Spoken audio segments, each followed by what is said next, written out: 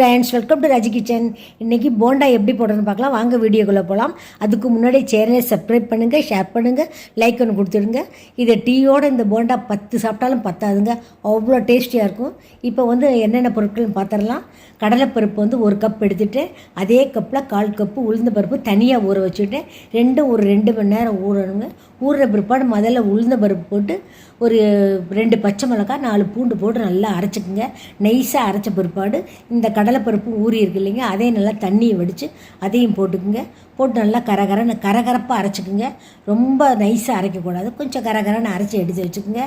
எடுத்து வச்சுட்டு ஒரு கை கருவேப்பிலை கொத்தமல்லி தழை நல்லா பொடியாக நறுக்கி அதையும் எடுத்து போட்டுருங்க. போட்டு ஒரு ஸ்பூன் ஜீரகம் போட்டுங்க. ஜீரகம் போட்டிங்கன்னா அந்த போண்டாவுக்கு சூப்பர் வாசனையாக இருக்குங்க, ரொம்ப டேஸ்ட்டாக இருக்கும். இதுக்கேற்ற உப்பு 1 ஸ்பூன் போட்டுங்க. பத்தலைன்னா இன்னும் கொஞ்சம் சேர்த்து போட்டுக்கலாம். 2 ஸ்பூன் அரிசி மாவு போட்டுக்குங்க. அரிசி மாவு போட்டுக்கிட்டிங்கன்னா நல்லா மேலே முறுமுறுன்னு இருக்கும், உள்ளே சாஃப்டாக இருக்கும். நல்லா அரிசி மாவு போட்டு நல்லா பிசைஞ்சு எண்ணெயை காய வச்சுருங்க. எண்ணெயை காய வச்சு கையில் கிள்ளி எடுத்து போட்டுருங்க. ஒரு பக்கம் செவந்த உடனே மறுபக்கம் திருப்பி போட்டு எடுங்க. அருமையான ஈவினிங் நேரம் ஸ்நாக்ஸுங்க. சாயங்காலத்தில் ஒரு டீயை குடிச்சு இது சாப்பிட்டு பாருங்கள், அப்படி இருக்கும் டேஸ்ட்டு. இது மொறுமுறுன்னு மேலே மொறுமுறுன்னு இருக்கும், உள்ளே நல்லா சாப்பிட்டா பஞ்சு போல் இருக்கும். இது செஞ்சு பார்த்துட்டு எப்படின்னு சொல்லிட்டு கமெண்ட் பண்ணுங்கள். Thank you friends.